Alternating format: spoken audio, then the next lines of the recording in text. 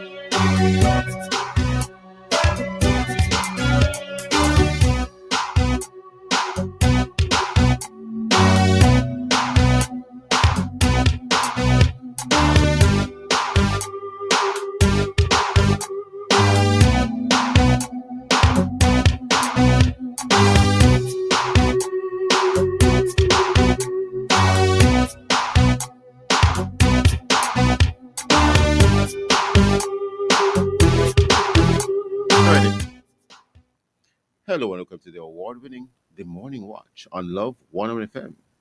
I'm your host, Stokeley Marshall. A special welcome to our listeners on love101.org. And if you are overseas and on the move, US listeners can access us at 712-832-8001. And if you are in the UK, 0330-332-6541. Or join us via the Love 101 FM app that can be downloaded from the Google Play Store or the Apple Store. You can also join us on Love 101 FM Facebook and YouTube Live in the first watch today. Pope Leo XIV. And in second watch, UN Global Road Safety Week. For our social media question, we ask, what are your thoughts on Pope Leo XIV? Share your responses on our Love 101 FM Facebook page and the YouTube channel, and also on WhatsApp. 876-9973-125 using the hashtag The Morning Watch. We'll share your response later on the program, but first, here's I quote. All right, good morning, good morning. Today's I quote says, God, grant me the serenity to accept the things I cannot change, courage to change the things I can, and wisdom to know the difference. And this one is from the Serenity Prayer, penned by Reinhold Neighbor, I believe the last name is. Yes. Interesting. Good morning, Jacob. Good morning. Accept the things I cannot change. Okay. Courage to change the things I can, and the wisdom to know the difference. The first watch will be back after this break.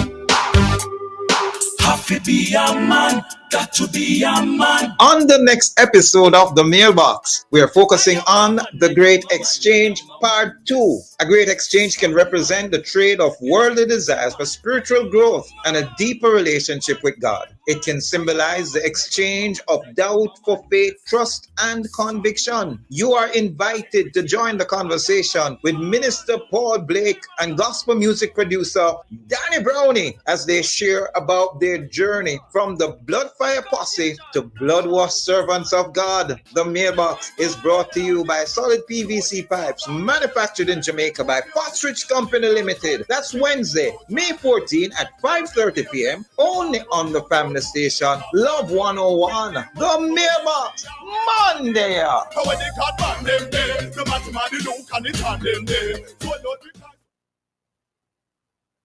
everybody, it's time for Small People with Auntie Vashti.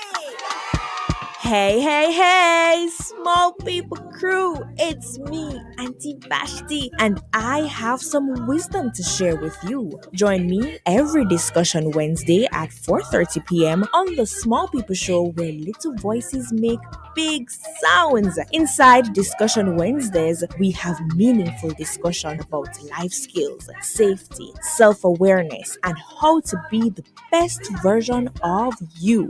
Don't miss out. Tune in this and every Wednesday at 4:30 p.m. with me, Auntie Vashti, only on the family station, Love 101. So sing with joy, let your spirit soar. Small people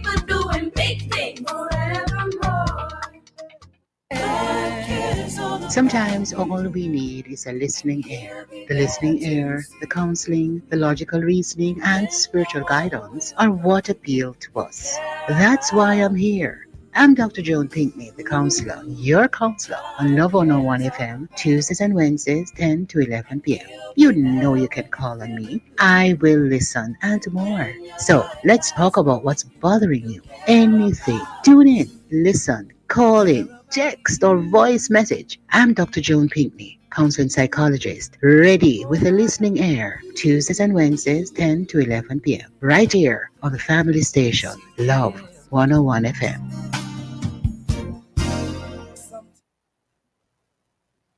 There is hope. Life can feel overwhelming at times, but you don't have to face it alone. The Ministry of Counseling and Prayer of the Edgewater Baptist Church is here to support you with our caring and confidential telephone counseling service. Whatever you're going through, grief, stress, family challenges, or just feeling stuck, our trained counselors are ready to listen, pray, and guide you toward hope and healing. Take the first step today. Call us at 876-220-6474 or 876-332-7956. Weekdays between 8 a.m. and 9 p.m. Saturdays and Sundays between 8 a.m. and 8 p.m. Help is available through the prayer and counseling ministry of the Edgewater Baptist Church. Remember, help is just a phone call away. That's 876-220-6474 or 876-332-7956. Weekdays between 8 a.m. and 9 p.m. Saturdays and Sundays between 8 a.m. and 8 p.m.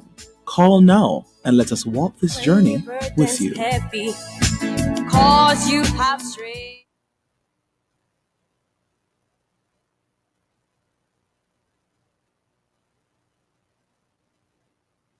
Happy be a man.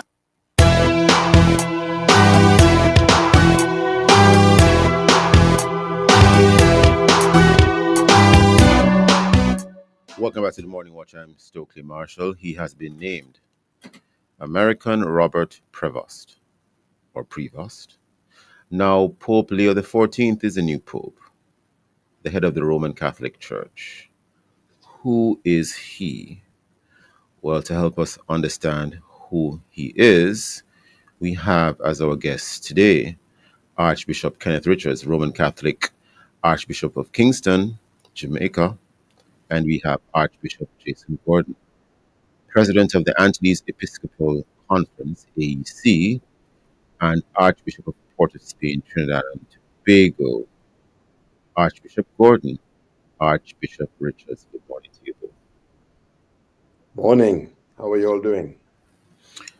We are well. And good to have you both, sirs. And who is Pope Leo XIV? Shall I ask, can I call you our guest, Archbishop Gordon? Would you like to take that question? Sure. When I say guest, I mean guest from another island. Well, there we go. One big Caribbean. One love. Pope Leo XIV comes, many people calling him an American Pope. But I think you have to see him as a Latin American Pope, or maybe the second Latin American Pope who was born in America. So if you want to take where he was born, then yes, he's an American Pope. If you want to take where he got his pastoral agenda, then you have to see him as a Latin American Pope, because he really etched his teeth in Peru, and his whole pastoral agenda would have come out of being a missionary in Peru and leading the church, being a bishop in Peru, and being called to be a cardinal from Peru. So you have to see him as a man of two worlds, which is a very interesting thing, because you will understand the world of North America, but you'll also very well understand the world of Latin America and the world of Bergoglio.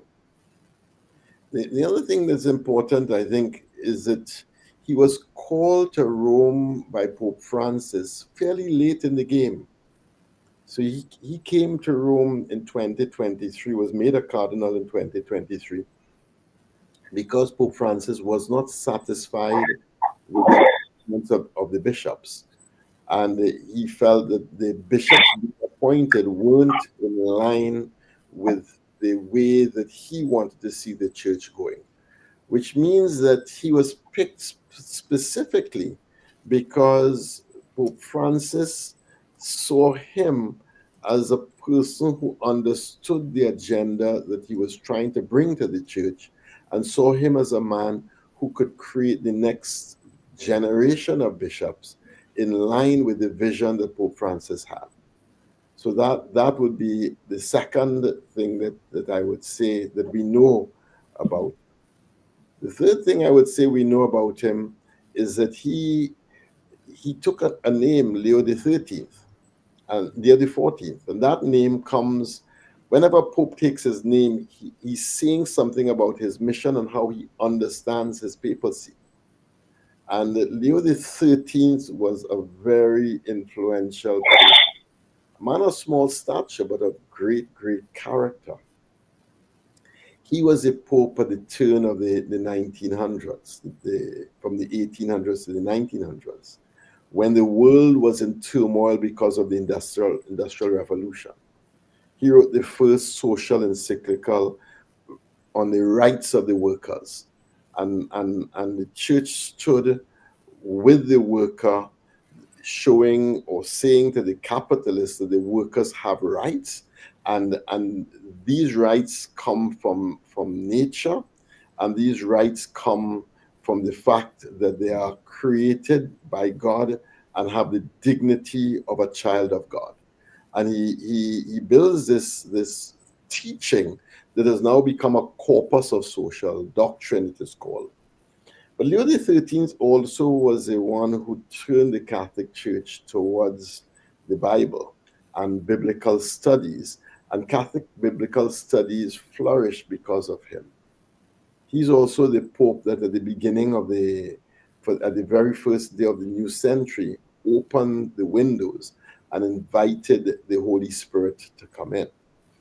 So he was there at a very turbulent moment in the world, and I think Leo the 14th sees this time equally with AI, with the digital revolution, with the turmoil in our world, sees this time as turbulent as the time of Leo the 13th. And so his name then is giving a way of seeing his papacy and his interpretation of the state of the world. Interesting. Thank you very much. And Archbishop Richards, your take. And if I could just quickly include something here. Archbishop Gordon indicated that he would have chosen who is now Pope Leo the 14th to become, in 2023, because he would have, Pope Francis would have wanted the church to go in a certain direction. How do you think Pope Francis wanted to see the church? In what direction did he want the church to go into? Can you say that? Well, so first of all, what I can add to what Archbishop Jason said with respect to Pope Leo is the fact that I see him as a transitional, a continuation of what Pope Francis brought to the fore in the church, especially with respect to his background from the South, the global South, which is important. But then you could say also, straddling not the right word, but he is a bridge between the global South and the global North. And I think that is going to be inform his ministry and his mission in the church. Bishop Richards, only because of time, we're upon a break already, but hold that thought. Very interesting. Listeners, please stay with us. We'll be right back on the Morning Watch. Elevate every moment naturally with Chaland Wines, the exquisite non-alcohol sparkling wines from France. Chaland non-alcohol wines deliver elegance in every sip. Perfect for toasting at any gathering. Everyone can join in, from grown-ups to the little ones. With a range of flavors, Chaland Wines add a touch of style to every occasion. Find them at all leading supermarkets and wholesales island-wide. Pop the cork on a natural kind of celebration. Chaland Wines, distributed by Harbor Wines and Spirits, a division of Grace Kennedy Limited.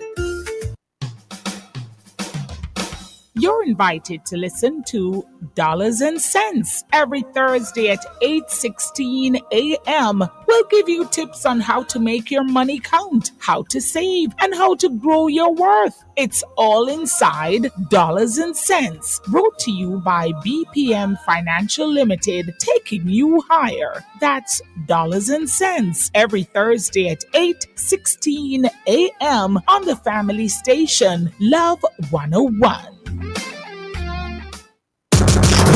By your side, looking after life. We've been here for 25 years and we are Guardian Life. Just getting started, leading the way every day, protecting you and yours at every stage. Guardian Life.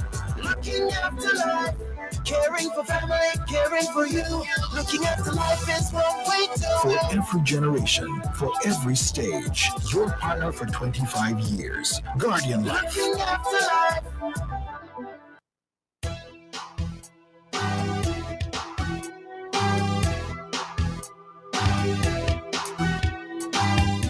Welcome back to the Morning Watch. I'm your host, Stokeley Marshall. We are in the first watch, and the topic is Pope Leo XIV.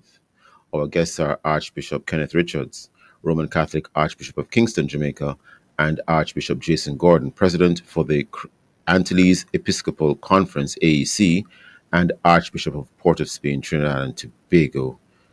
Archbishop Richards, just before the break, sir, you're making a point. Would you like to continue your thought, please? Struggling to what you're asking with respect to what it is that Pope Francis hoped for the church and start to fulfill. We wanted the church that was more inclusive in terms of participation in the mission of the church. And so Pope Francis invited the church to a synodal process, which was a listening process that would acknowledge that all baptized persons, the grace of the Holy Spirit, the Spirit speaks to them, and so they must be given the opportunity to articulate what they're hearing from the Spirit, so as to contribute to the formulation of the church's mission. And I think that Pope Leo the 14th captures that, because he was a man of the people as he exercised his ministry in Peru, very close to the people. And so that I think that, well, I don't want to give the impression that he was handpicked. I mean, he was chosen by Francis to be among the cardinals, but ultimately, when the cardinals were selected by ballot, they said, before God,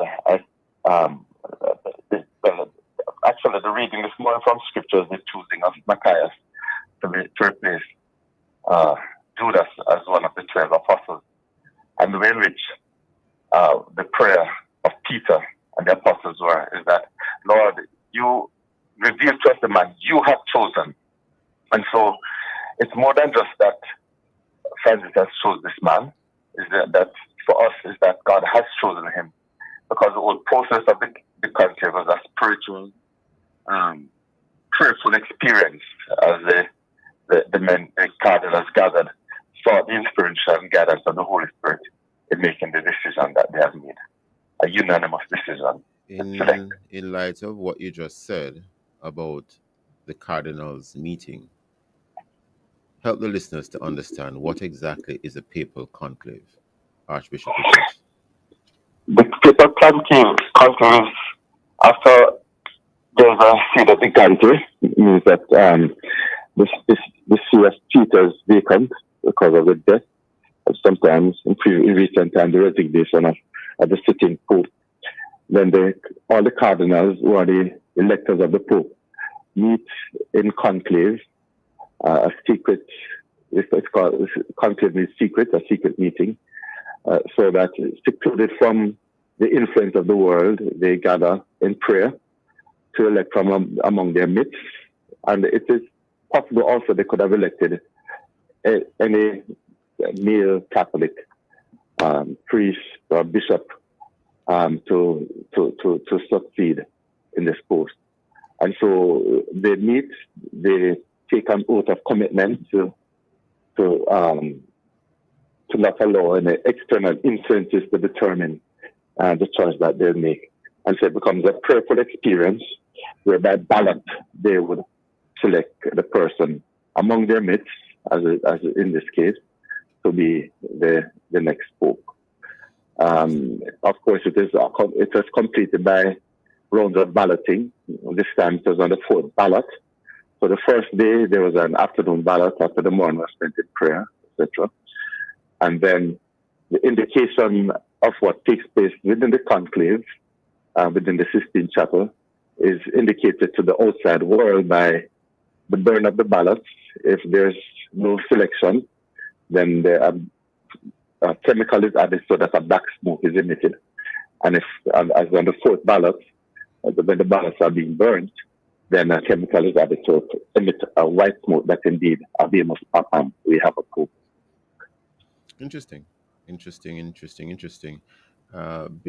Archbishop Gordon, Jason Gordon. Yes.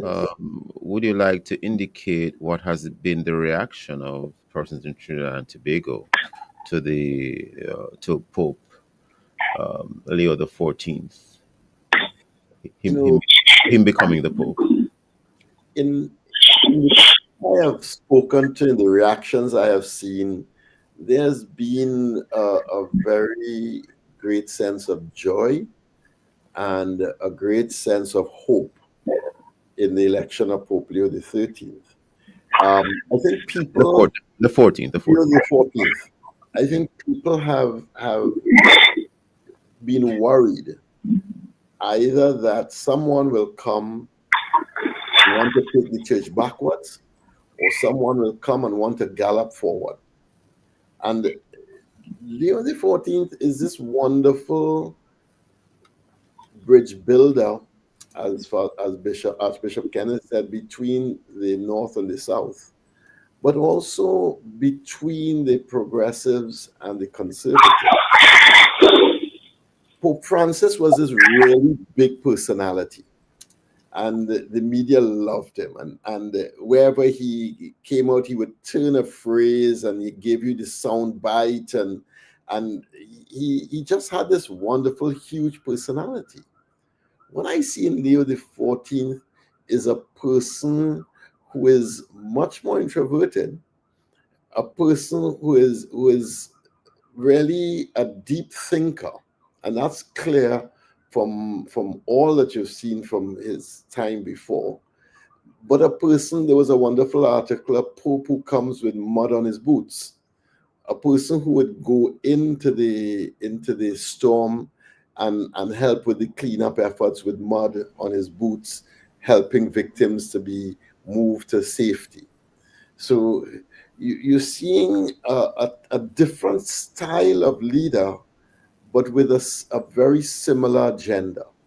And I think that this style would be much more moving the institution forward in the agenda and the direction that he sets in a consistent, steady state and steady way to find the path for the organization, for the Catholic Church International, towards this vision that he and Pope Francis holds. You mentioned that persons might have been wondering whether someone would come along as Pope, to become Pope rather, who would put the church backward or be progressive. What, in your view, would putting the church backward look like? And what do you think the church being progressive would look like? Archbishop Gordon. So taking the church backward would be what Pope Francis calls self-referential, where the church looks in on itself and not looks out to mission, where the church dresses up in all of her trappings and not see the plight of the people and the plight of those who are in the margins and who are most in need of care, help, and ministry. The model of church for Pope Francis was a field hospital, that we are there in the midst of the battle, tending the wounded, right in the heart of the battle where people are being damaged by life. And to take the church backward would be to want the church to be safe and secure and pristine and unstained and unsullied by all of the mess of life. To take the church to progressive would be to move the church to respond to all the popular issues of the day and give in to popular culture easily and not understand that the church has a central core that it must hold herself steady by. You know, civilizations come and civilizations go. The church has welcomed and said goodbye to many, many civilizations over the 2,000 years. The popular opinion of a particular civilization comes and goes with it. The church's mandate is to interpret the gospel of Jesus Christ and live it in the times in which it lives in fidelity to Christ.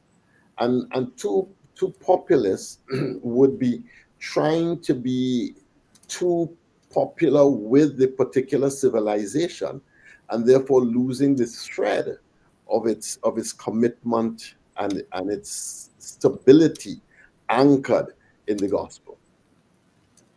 In terms of progressivism, isn't climate change an issue and even immigration an issue, or are issues that progressives tend to embrace in a particular direction? And it is said that Pope Leo XIV has been an advocate for climate change, and he has had a particular view on immigration that progressives tend to embrace. Any thoughts on that, Archbishop Gordon? So, you know, progressives and conservatives are one way of looking at the world. The way I look at the world is faithful to the gospel or not. Well, I only raised it because of how you had framed something you said earlier about not wanting the church to be too progressive. Well, you never said that, but you mentioned the terms progressive on the one hand as opposed to backward on the other, which was the fear. But what I would say, climate change is central to the gospel message. If we believe in a creator who created the earth and created us and gave us to be stewards of the earth and said to Adam that he must guard and keep the earth, then the role of the Christian is to guard and to keep the earth. And if we as human beings are making the earth unsuitable for habitation for the next generation, then we are taking away the patronage from generations to come. That's not an issue that is progressive. It's an issue that some conservatives are not so much on board with, but progressives tend to embrace that one a little bit more.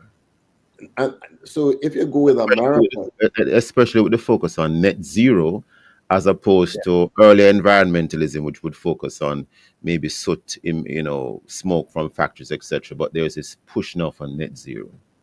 Well, if you look at the science behind it, the UN and their scientists have declared that we have already entered into states in our planet that we cannot go back. We have done destruction to the planet as a whole, that reversal of those states will be nearly impossible unless we do something right now. And the damage that we continue to do to the planet is something of a grave error, because we are now damaging the next generation and their capacity to live in peace and harmony in the planet. And you are aware that there is no full agreement or consensus on the science? I understand that the science is debated, but I Yeah. also understand that the scientists who look at the planet, they are very clear of things that of markers that they have seen that have signaled ways in which damage has already taken place, that we have to agree that there is something wrong. I mean, in the Caribbean, Archbishop Gordon, only because of time, and of course, unfortunately, there is, well, never enough time on the morning watch, but I do think I'm getting a signal, and I won't want to belabor the point on climate change. There are different views on it, but as we go, gentlemen, in terms of, if I could squeeze another couple seconds, his relevance to the Caribbean, I think we're getting a signal that we have literally no more time. Archbishop Gordon and Archbishop Richards, thank you so much for your time and for your thoughts on Pope Leo the 14th. Very interesting. Thank you for your time, sir. Both of Thank you very much. Have a wonderful morning. Have a wonderful, wonderful rest of the day. Listeners, please stay with us. We'll be right back at the Morning Watch.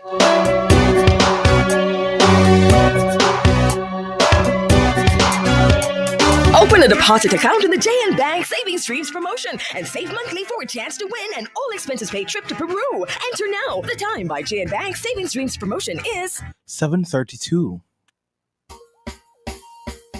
Mama work hard, for real. She do the most to send me and my brother go school. So, the dream was always to go to university. Well, I fulfilled 2 dreams with 1 Jane Bank savings plan, you know. I further my education and I make mama proud. See so you can make the par, travel par, graduate like a star. Stop wishing you could. With your Jane Bank savings, you absolutely can. Jane Bank will help you find a way. From me, I pick new what me eat and no weeks. I saw me know say Fosca, ingrained in Jamaica. Hey, what's in a bag, me know me not try. Fosca, ingrained in Jamaica. Have to be a man, got to be a man. On the next episode of The Mailbox, we are focusing on the Great Exchange Part 2. A great exchange can represent the trade of worldly desires for spiritual growth and a deeper relationship with God. It can symbolize the exchange of doubt for faith, trust, and conviction. You are invited to join the conversation with Minister Paul Blake and gospel music producer Danny Brownie as they share about their journey from the Bloodfire Posse to Bloodwash Servants of God. The Mailbox is brought to you by Solid PVC Pipes, manufactured in Jamaica by Fostrich Company Limited. That's Wednesday, May 14 at 5:30 p.m. only on the family station Love 101. The Mailbox, Monday.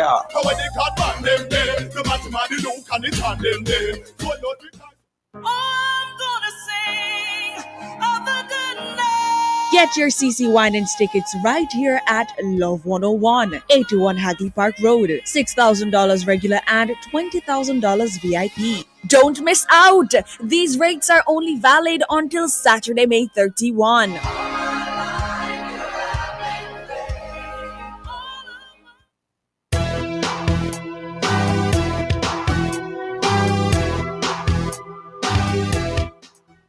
Welcome back to the Morning Watch. I'm your host, Stokeley Marshall. Let's take a look at the newspapers to see what Jamaicans and others are saying and doing.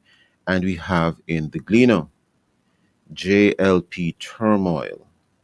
The ruling Jamaica Labour Party, JLP, is battling internal revolt in St. Andrew North Central as Delano Seavride's campaign pause fuels backlash over claims that the leadership is plotting to sideline him in favor of Christian Tavares Vinson. And that lead story continues. Interesting. And we have here in the Jamaica Observer, evil to the elderly is the headline. The headline goes on to read, Group urges laws protecting seniors from abuse. That story by Alicia Dunkley, Willis senior staff reporter at the Jamaica Observer. We have in loop Jamaica news. Cop slapped with assault charges following reported attack on civilian rather, singular, civilian. Those and many other stories in our various news sources. Coming up next, we'll read some of the feedback from our Facebook, YouTube, and WhatsApp question, which is, what are your thoughts on Pope Leo the 14th? If you haven't done so yet, leave your responses on our Facebook or YouTube, Love 101 FM Jamaica Live, and also WhatsApp comments and voice notes to 876-997-3125 using the hashtag The Morning Watch. We'll be right back.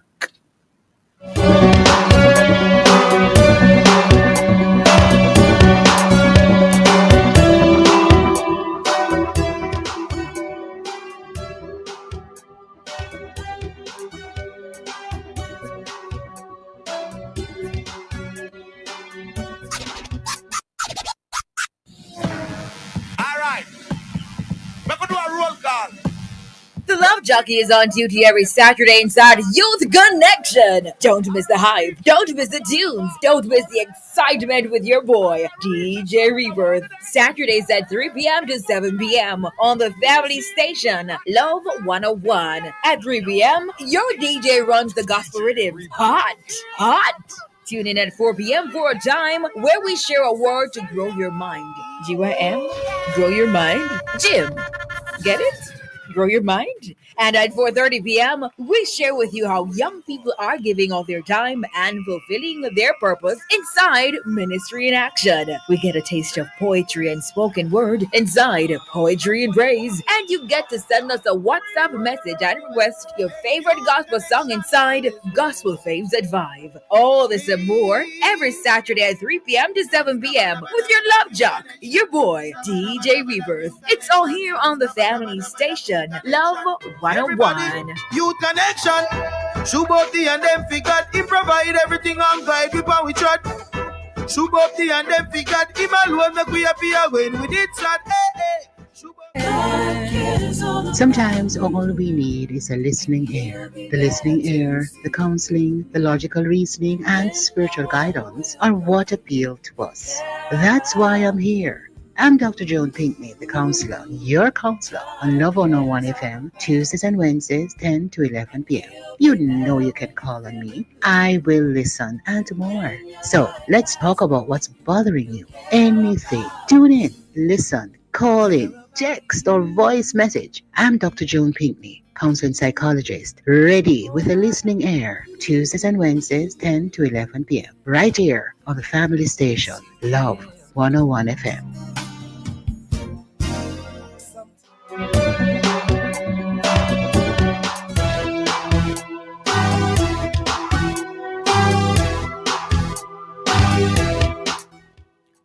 Welcome back to the Morning Watch. I'm your host, Stokeley Marshall. We're now in the second watch, and it seems that no matter where you drive your bike, people used to say riding your bike, but these days it's being said you drive your bike, you can crash.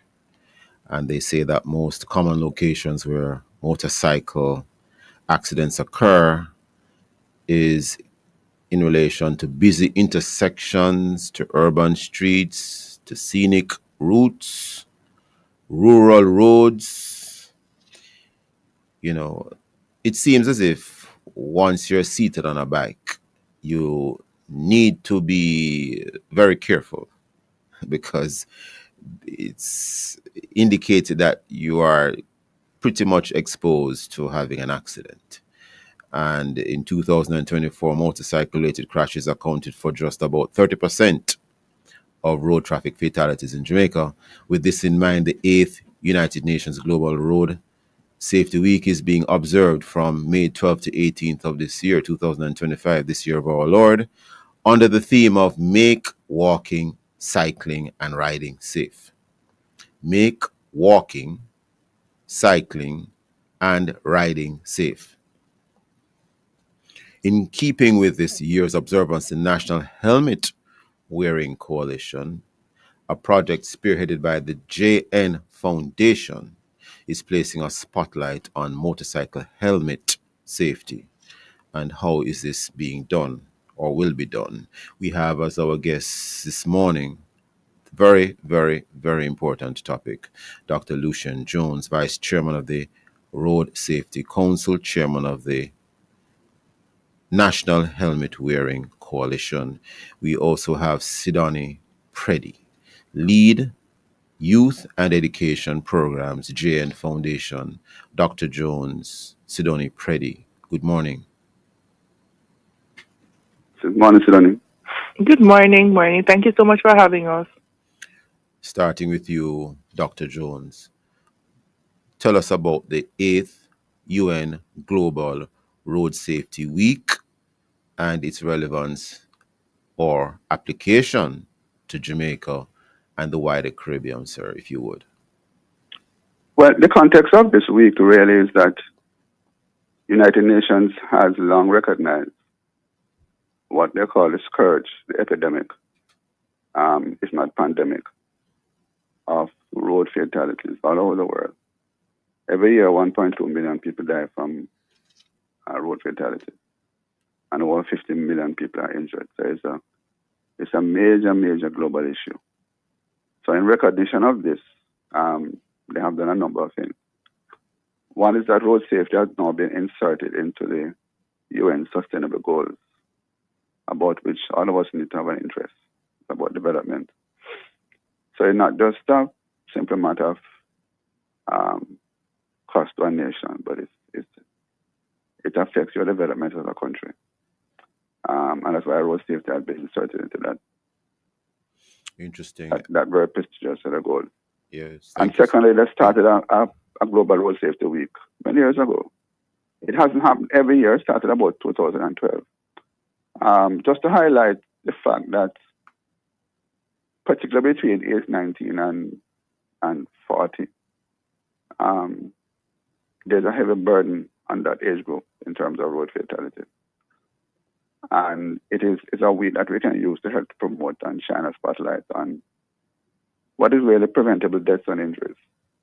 And in our context, to promote the use of not just helmets, but certified helmets, and push for more public education and stronger laws. So it's a wake-up call, in essence, to a nation which is faced with this gruesome possibility of news every morning about somebody dying on our roads. Dr. Jones, not just helmets, but certified helmets. Before we bring in Sidoni Preddy, you want to say a word on that? You said not just helmets, but certified helmets. Dr. Jones? Oh, yeah, I thought it said Sidoni. Yeah, so all of us are familiar with people just cutting on a helmet on the head and riding, the German type helmets that don't have any use whatsoever. So the broader picture is that helmets are being imported all over the world. And some are even certified. But when you test them, it doesn't come to the qualification that is needed to make sure it's certified. So you have different agencies, international, that certify helmets. There's a US certification, there's an EC one, there's a British one, and there's a Japanese one. So we are encouraging bikers not just to buy any old helmet, but to make sure it's certified. And certified means that when you crash and bang your head, you won't die. Chance of dying are much less. Somebody has tested it and made sure that when you get in an accident, this won't happen. And that the straps that hold on the helmet to your head won't burst, and therefore your head is being subject to all kind of forces that you can't manage. So certified helmet is a big thing now we're talking about. Understood. Sidoni Preddy, before we head to the break, trying to bring you in here quickly. You have heard Dr. Jones, certified helmets, and the role of the JN Foundation. Okay. So the National Helmet Wearing Coalition is a project being implemented in partnership with National Road Safety Council, and we are doing this because we recognize that 30% of all road fatalities are motorcyclists, and these are mainly men aged 19 to 29. So Jane Sidonie Foundation, Preddy, only because of time, can you hold that thought for a second? no 90 to problem. 29 in terms of the age, mostly men, but we're upon a break. Listeners, please stay with us. We'll be right back on the Morning Watch.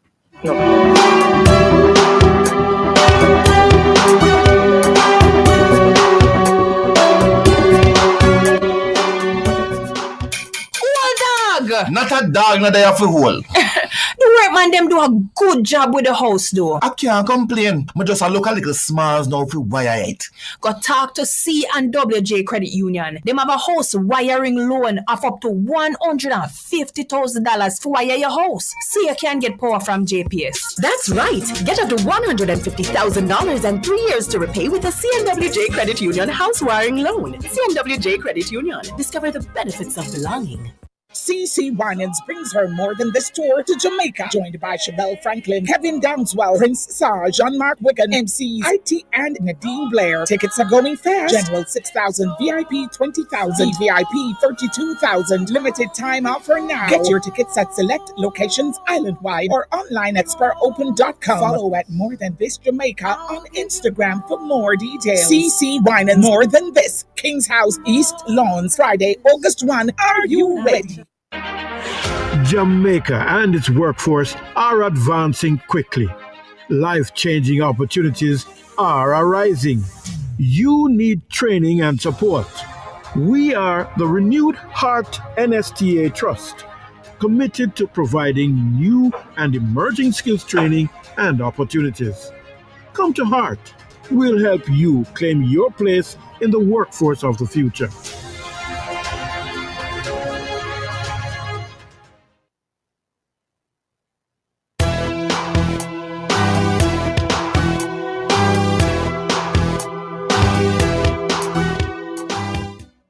Welcome back to the Morning Watch. I'm your host, Stokeley Marshall. We're looking at the topic United Nations UN Global Road Safety Week. Our guests are Dr. Lucian Jones, Vice Chairman of the Road Safety Council and Chairman of the National Helmet Wearing Coalition. We also have Sidonie Preddy, Lead Youth and Education Programs Apologist, JN Foundation. Sidonie Preddy, just before the break, you were sharing with us some statistics, 30% of road fatalities, and the age cohort, 90 to 29, mostly men. Continue, Sidonie Preddy. Okay, thank you so much.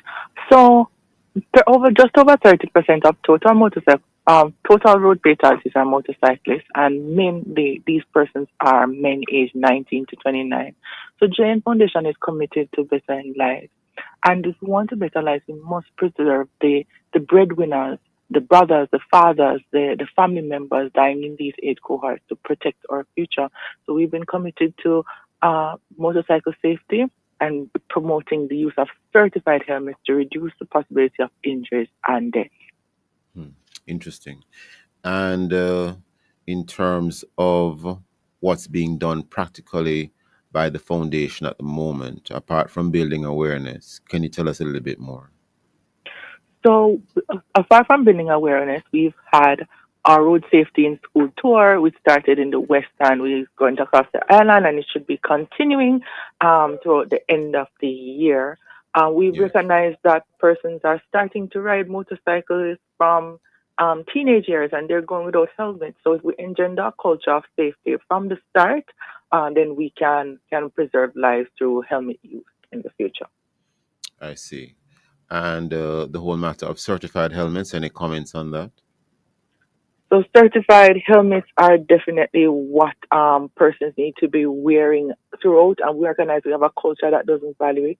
This is very popular not only in Jamaica but in other Caribbean countries and in Latin America. We will be having a think tank on June 19th to 20 to speak about regional experiences with challenges in wearing certified helmets, so we can learn best practices from all of these countries about engagement, policies needed, advocacy, so that we can collaborate to make the Jamaica and the Caribbean safer for our motorcycle use.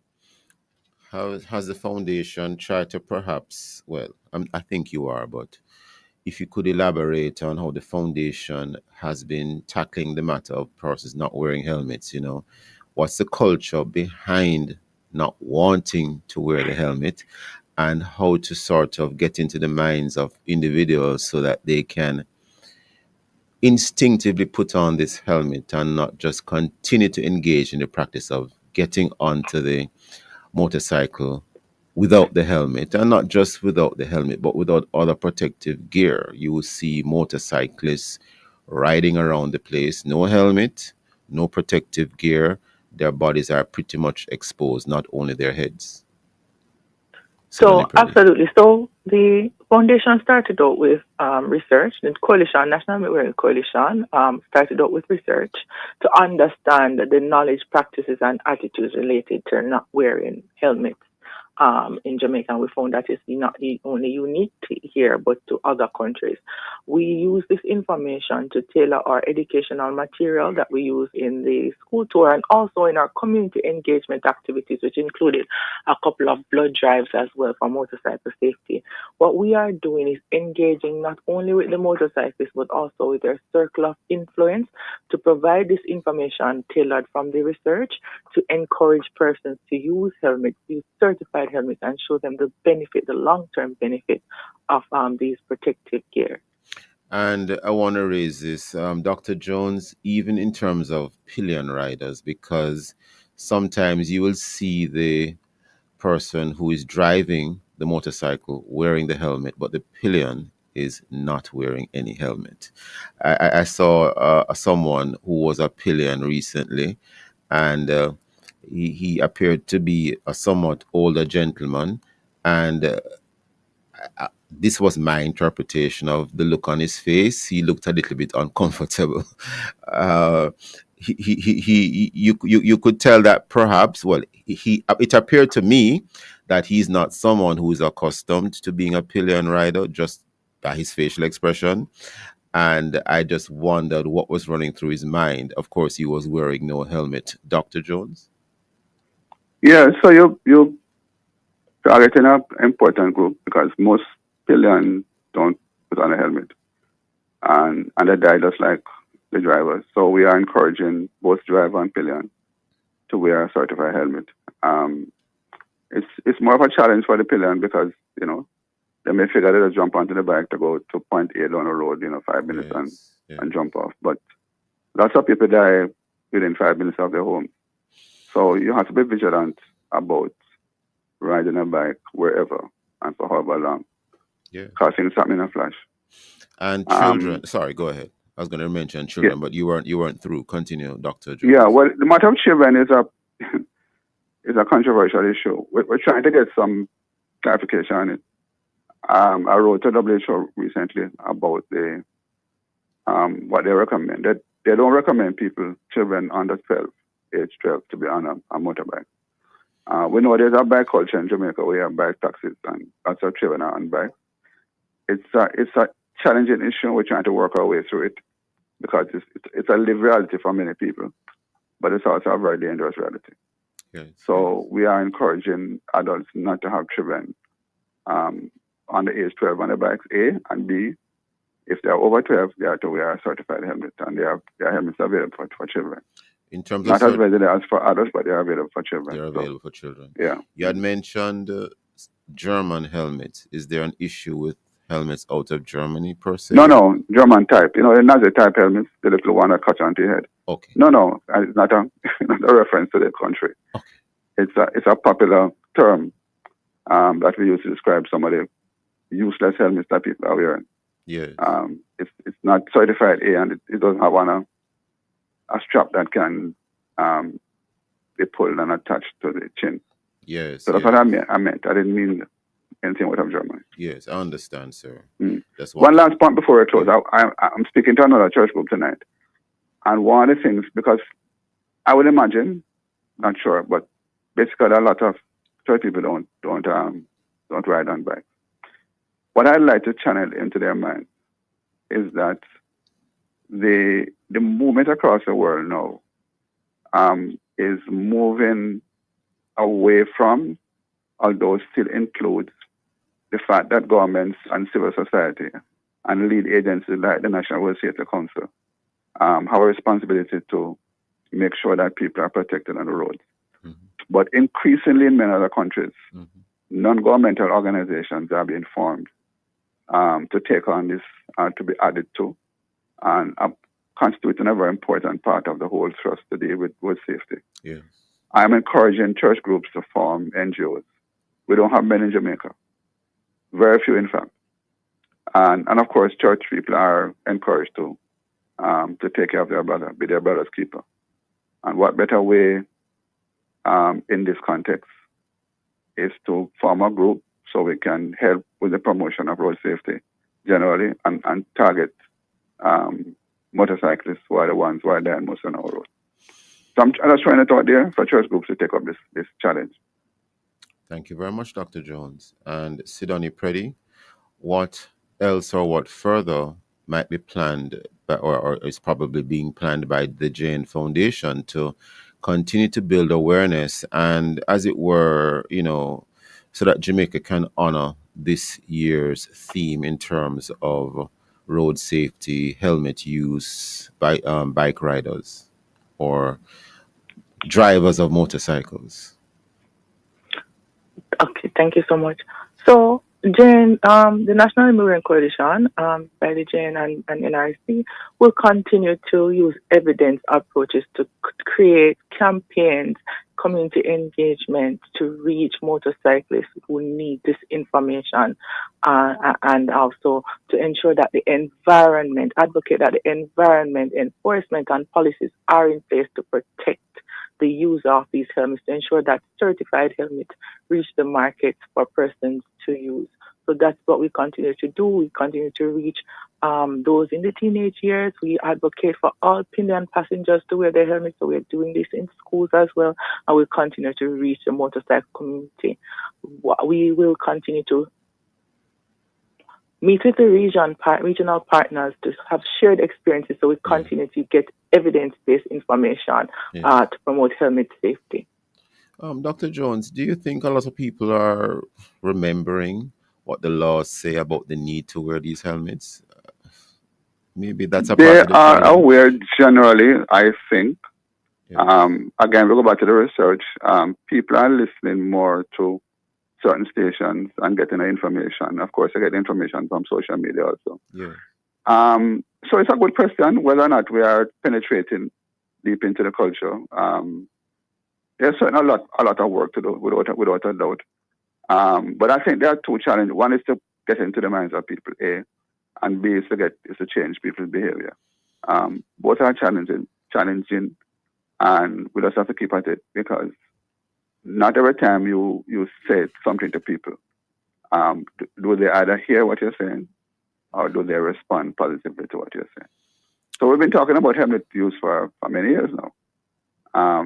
And the challenge is that there have been a tremendous surge in the number of motorcyclists in Jamaica. Yes. In 2012, when 206 people died, only 41 motorcyclists died.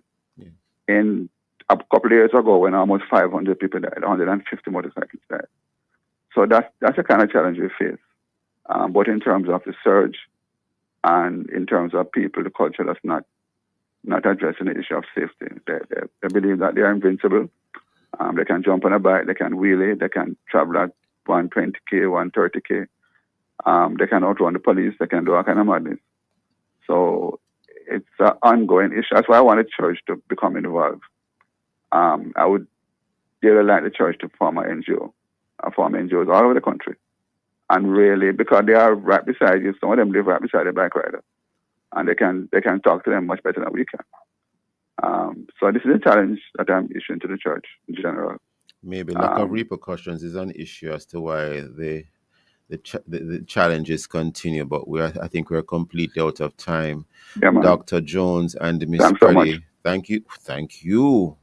So much. Lady and gentlemen, for your time and for your thoughts this morning. Very, very important discussion. Thank you very much. And thank you, listeners, for being with us. Join us again tomorrow as we continue to set the stage for the discussion of topical and controversial issues. Visit the Love 101 FM YouTube channel and Facebook page, and now TikTok at Love 101 FM Jamaica for this and all other Love 101 FM programs. Of course, download our app and stay connected to Love 101 FM, the number one gospel station in Jamaica. Thanks to our producer Kathy Gale and to our guests. Join me tomorrow as I look at other issues of the day. I am Stokeley Marshall, handing it back to Love in the Morning with Jakar.